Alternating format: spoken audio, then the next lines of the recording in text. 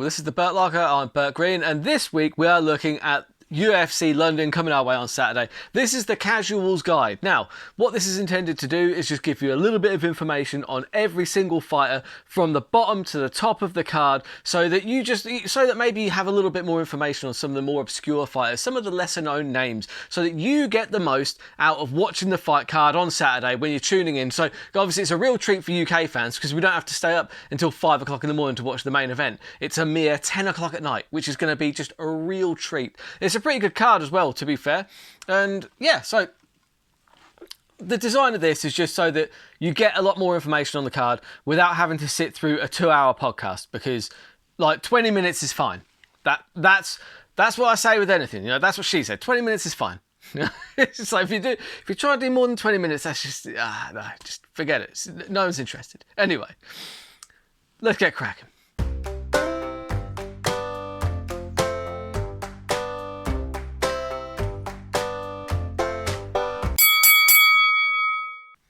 So we're going to start off in the 125 flyweight division. We've got Jafar Filho taking on Daniel Barez. 5'7", plays 5'6", with a 2.5 inch each for Filho. Now Filho is the guy that put Makayev in that real nasty knee bout at UFC 286. I think you'll probably remember it. Like, it's really messed Makayev's knee up. Anyway, he knows his way around submissions, is what I'm saying. He got caught in a neck crank as well, so he also knows how to be neck cranked, I guess. But I'm not really sure why the UFC have his opponent down as 0-1, because he's actually 16-5. Daniel Barez fighting out of Spain. So let's see, you know, what he can do. Like, he's never fought in the UFC, but he's got a decent record on the regional scene. He's got a lot of finishes. Seems pretty well rounded. I do quite like Filho in this fight, just because he looked okay against Makayev, and we know how good Makayev is. So I think put him against somebody who is not Makayev, we might see Filho shine here. Put me down for a submission on that one, please, Clive. Got Shauna Bannon taking on Bruna Brazil. Got 5'5", playing 5'6". This is the ladies' strawweight, it's 115 pounds. So yeah, 5'5", plays 5'6". They're both got 65.5 inch reach. Now Shauna, she's Irish, 5-0, most of the decisions. That's all I know about her. Blonde, Irish, that's it. Bruna, she got KO'd by Gomes, but I don't think that Gomes gets the respect that she deserves. But I think after her performance at UFC 290, she damn sure does. So look, anyway. Back to Bruna Brazil. She is pretty good everywhere. Check out that. She got a really good head kick on the Dana White's Contender Series. That's the only reason I really remember it, if I'm totally honest. So I'm going to take Bruna on this one by KO. That's the only reason. Chris Duncan from Scotland taking on Yanel Ashmouche from... Ashmouche, anyway, Israeli, 155-pound division, 5'10", plays 5'9", with a 2.5 inch reach for Duncan. Now, Chris Duncan is called The Problem. What's his problem, you ask? Heroin, most likely. Anyway, he's got a real Matt Brown vibe about him, like in a good way, you know. He looks like he's seen some shit, is all I'm saying. He's only about 30, but fuck me, he looks like he's 50. He's had a hard 30, I'll tell you that much. He's 10-1, and you know what, 10-1's pretty good. He's got 7 knockouts. He got a knockout on the Dana White Contender Series. That was where I first actually saw him, because I do watch the Contender Series. It's a fun thing to watch. I thoroughly recommend it, actually. If you don't watch it, it's a really fun thing to watch on Tuesday night if you're a big fight fan like I am. Yeah, he's very solid in every area, honestly. And Yanal, the Israeli, he's undefeated, but he's only 7 fights in. Now, coincidentally, it was his 8th fight. That's Duncan's only loss. So is there going to be some parallels here? Is Yanel going to lose his 8th fight? Who knows? Probably not. I'm reading too much into it. Anyway, either way, if you look at his fight against Sam Patterson, he was fantastic. He caught the leg and then hit a massive overhand right, cleaned his clock. Because I thought Yanal Ashmouche was really, really short, but he's actually not. It's just that Patterson was like 6'4", which is crazy. So he's not overcoming as big a size problem here. I think that the Israeli stays undefeated in this one. I think he looks so good against Patterson. I think we'll see something similar. So I'll take Yanal Ashmouche probably by knockout. Ketlin Vieira taking on Penny Kiansed. Sweden. Anyway, 135-pound ladies, 5'8", plays 5'7", with the reach being 68 inch for both. Ketlin, she's a savage. She's got black belts in both judo and Brazilian jiu-jitsu, so we know that means that they're usually hard as nails. That's usually my litmus test. Do not let her get a hold of you. Don't let her do that. Don't let her get a hold of you, is all I'd say, and avoid the grappling. Kianzad, she mixes it up with boxing and shoot-style wrestling. She lands about 5 significant strikes per minute, which isn't a bad work rate, but it's not particularly outstanding either, if I'm totally honest. She'll need to keep the distance, keep the boxing range, and not be in the grappling range. I think Vieira gets a hold of her, and when she does, she gets a submission. I'll take Vieira by submission. Mahmoud Muradov taking on Brian Barberena in the 185-pound division. 6'2", plays 6 foot. And Muradov is a former K1 guy. His kickboxing is really, very, very good. He tends to be able to avoid shots. He avoids a lot of damage. He lands a good clip. He started strong in the UFC, but he hit a couple of road bumps, so he's looking to get back on track. Now, Barberena is an absolute savage. We know this. He just bites down, he throws down, he goes in there like a bulldozer. Now, he usually fights at 170, where he gets into those firefights and still comes off on the wrong end of them sometimes, but has a good chance at coming out on the right end of them. I'm not sure that happens as much at middleweight. I don't think that Brian Barberena wasn't exactly skin and bone at welterweight, was he? I'm not sure that this is the weight class for him. I'm really not. I'm taking Muradov by knockout. I think he's just going to be too big, too physical. I don't think Barberena at 185 is going to be a good thing. Then you've got Mick Parkin taking on Jamal Pogues in the 265-pound heavyweight division. 6'4", plays 6'3", with a 2-inch reach for Parkin. Now, Mick, he's a rare UK fighter that I haven't seen in Cage Warriors, so I wasn't too familiar with him, so I had to check on his YouTube and everything. He's got 6 no finishes. He uses his size well by the looks of it. He gets the underhooks well on the fence, and once he's got the mount, his ground and pound really is very, very good. He uses his size well, very good at using that pressure. Pogues is solid, if unspectacular. He uses his size against the fence to wear his opponents down in a similar way to Parkin, honestly. Now, this is a good first test for Parkin. I think that he should be the bigger guy. I think he uses that well generally, so I would lean towards Parkin, ground and pound knockout for me. Plus, he's the English fighter, so that home field advantage does help the English fighters when they're not having to go for those massive plane journeys and all of that. Marcus Decazzi takes on Joel Alvarez in the 155-pound division. 5'10", plays 6'2", with a 4-inch reach for Alvarez. Now, Decazzi, he's an excellent kickboxer. We know that. His spinning back kicks are fantastic. And he generally in kickboxing range, his timing, everything is absolutely fantastic. He's worked on his wrestling. We saw that, I think it was about 2 fights ago, where he just basically kept on getting the takedown and just ground the dude out. It was actually pretty funny. Alvarez is another Spanish fighter. There's been a couple on the card tonight, honestly. He's a very dangerous grappler. He's got 16 of 19 by submission, and he was on a 4-fight tear until he ran into Sarukan, but Sarukan is ridiculously good. So, look, Decazzi, he's looked very good in the wrestling department lately, but I think he needs to avoid it here. I don't think he should be wrestling or grappling with Alvarez, because I think he'll get swept pretty quickly. And I could see Decazzi doing just that, honestly. I think I could see Decazzi playing the wrestling to try and be a smart aleck and just leaving an opening for a guillotine or a das. I'm going to take the submission for Alvarez in that one. Danny Roberts takes on Johnny Parsons. 6'1", plays 5 foot 9, with a 5-inch reach for Parsons. Now, Roberts, he always gets tough fights, man. He really does. He is game and he boxes well. He fought Jack Della Maddalena and got knocked out, because everyone gets knocked out against Jack Della Maddalena, honestly. Well, not everyone. We saw his last fight. It wasn't the best. Anyway, he got a really impressive win over Ramzan Emeev, and that was impressive. He's got good boxing. He's got good takedown defense as Danny Roberts. He's very solid all-rounder. Johnny Parsons is 7-3. He's not 8-2. I don't know what they pay these statisticians on the UFC to do, because they get so many of their stats wrong on their website. It is crazy. He has got the best nickname I've ever seen as Johnny Parsons. He is the Sluggernaut. That is the best nickname I've ever heard. That's good enough for me. Knockout for Parsons for me.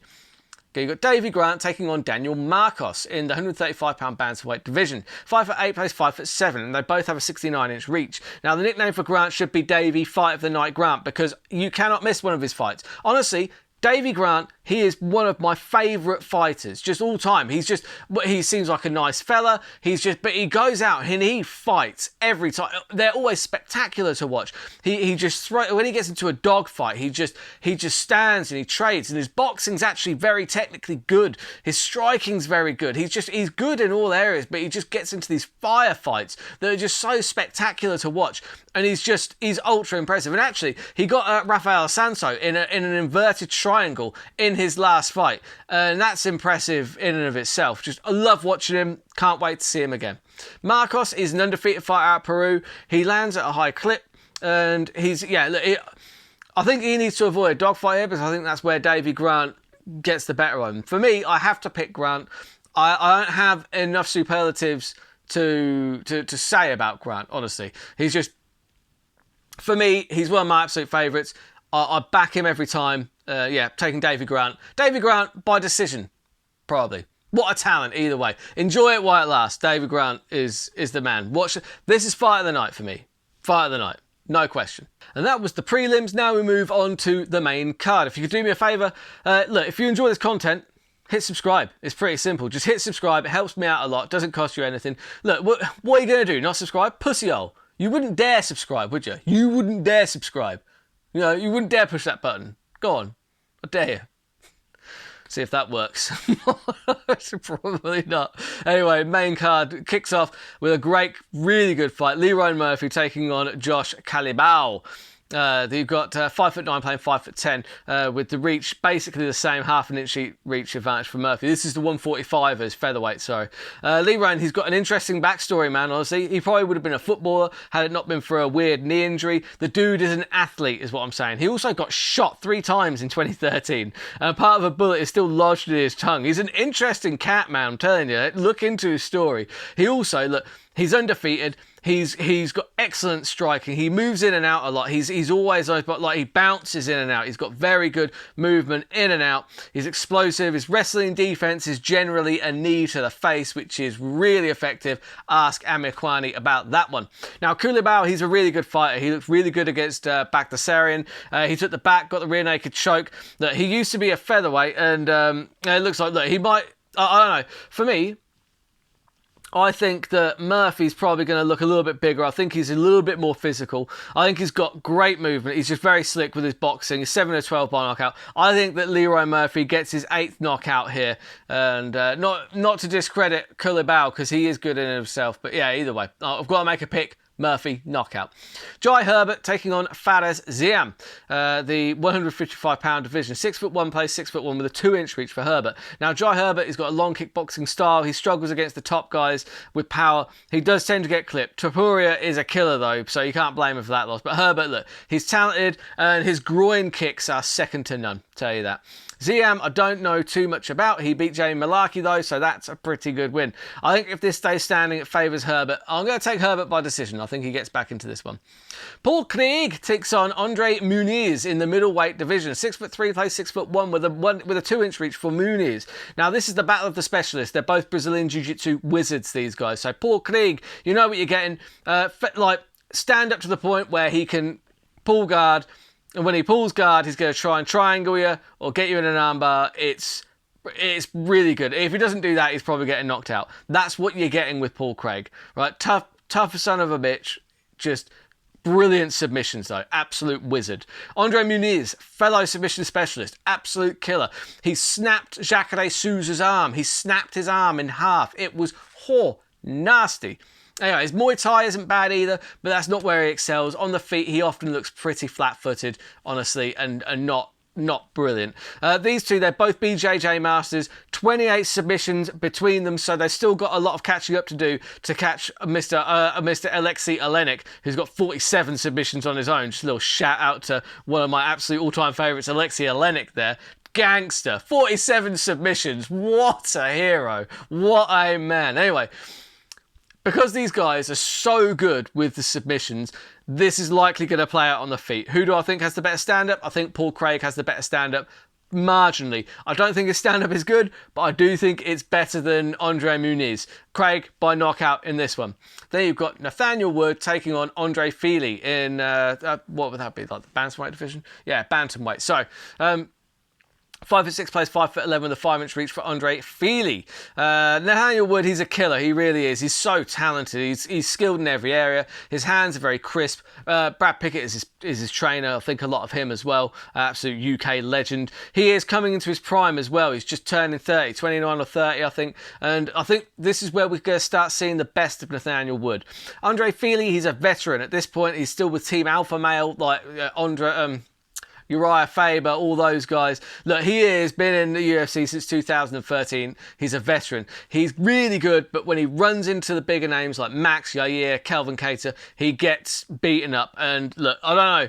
He's only 33. The best maybe yet to come here. But I think this is Wood's time to shine. I think it's going to be a competitive fight. It could be another one that's earmarked for fight of the night, honestly. That's good matchmaking. Nathaniel Wood against Andre Fili is fantastic matchmaking. It really is. I'm going to take Wood by decision in that one.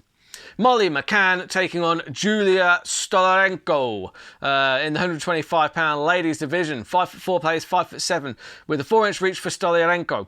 Now, Meatball Molly, you've got to put her in the co-main event. You have to do it. She's so popular. She's great, fan-friendly style.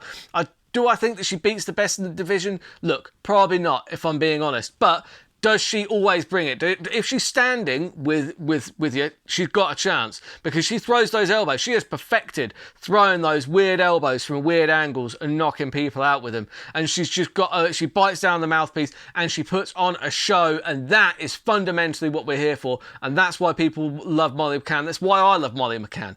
I'd love to see her get to the title. I really would. But she just... The problem is, it's like the downfall of those kind of fighters is that they stand in the pocket too long and get clipped. But it's also the reason that we love them. So yeah, fantastic. So glad she's in the co-main.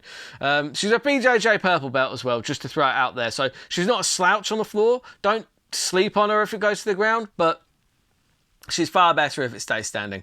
Stolarenko, she's 1 of 5 in the UFC, right? That's not brilliant. She's got 10 wins, 9 by submission. She's a BJJ black belt. I don't think it's a massive secret what she's going to be trying to do here. And honestly, her takedowns aren't brilliant. She's only got a 25% success rate with her takedowns. Molly defends takedowns about 50% of the time. So for me, I think this stays standing. That's where Molly's going to have her way with her. Molly, by knockout, she's going to land another vicious elbow. It's going to be lovely stuff. It's going to be wonderful to see. Can't wait. Cannot wait.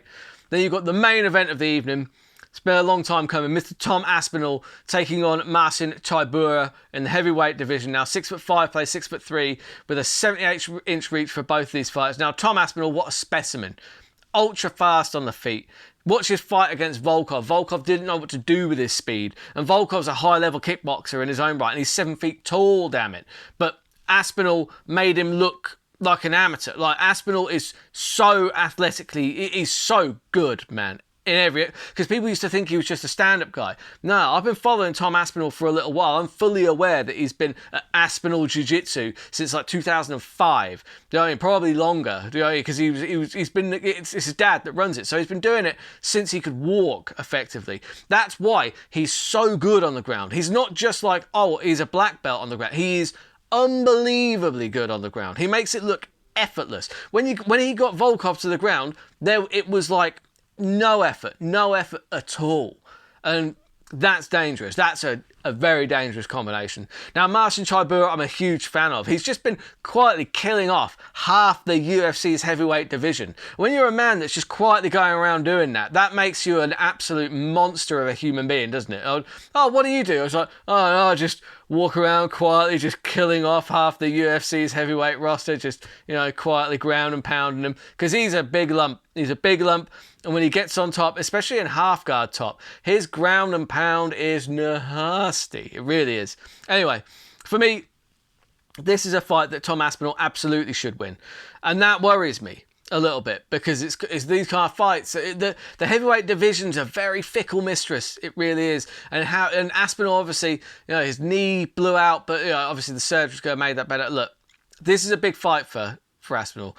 I don't think that Tybura is better in any area. I really don't. I think Aspinall's so fast on the feet, Tybura loses that battle. On the ground, I think Tom Aspinall's just far too slick. I don't see any place that Tybura wins this fight. That being said, Tybura by TKO.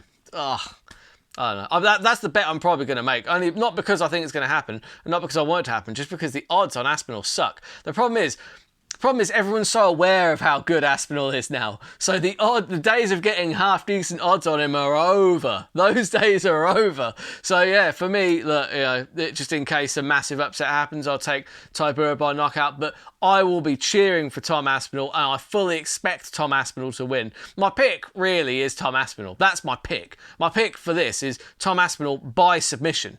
Are you getting okay odds on that, actually, to be fair? You're getting 2.5 to 1. My bet is probably going to be Tom Aspinall by decision. There's no point in betting on him to straight win because you basically still lose money even if he does win, which is a weird one. But either way, I'm just really looking forward to seeing Tom Aspinall back in that cage because he is taking a run for that title. He's getting that heavyweight belt. I don't think that, I mean, on the form that he was on before his knee blew out, I don't see any heavyweight in the UFC currently that matches up particularly well against Tom Aspinall. I feel like he's one of the best talents to come out of the UK in an extremely long time. And I'm just so glad that his surgery went well, that he's back in there and that we get to see him on Saturday night. I am pumped. I am pumped. Are you excited? I'm excited. If you could do me a favour, look, if you enjoy this content, hit subscribe because it really helps me out. And, you know, it doesn't cost you anything. And you guys click a button. You could have done it by now. You literally could have subscribed by now. I'd have stopped talking. I'd have shut up. I'd have shut up about it. Anyway, I'm going to be having a look. I'm going to be doing my terrible bet show. That's going to be later on this week, where I'm just going to put down my MMA scratch card, pick all the fights up and down the card. Put another couple of dodgy accumulators on as well. Putting £1 on, keeping the odds very, very long. Just betting for fun, bet within your means, and all that good stuff. Yeah, we'll be reviewing all these next week. But until then, keep those odds long and those bets terrible. Thank you for watching.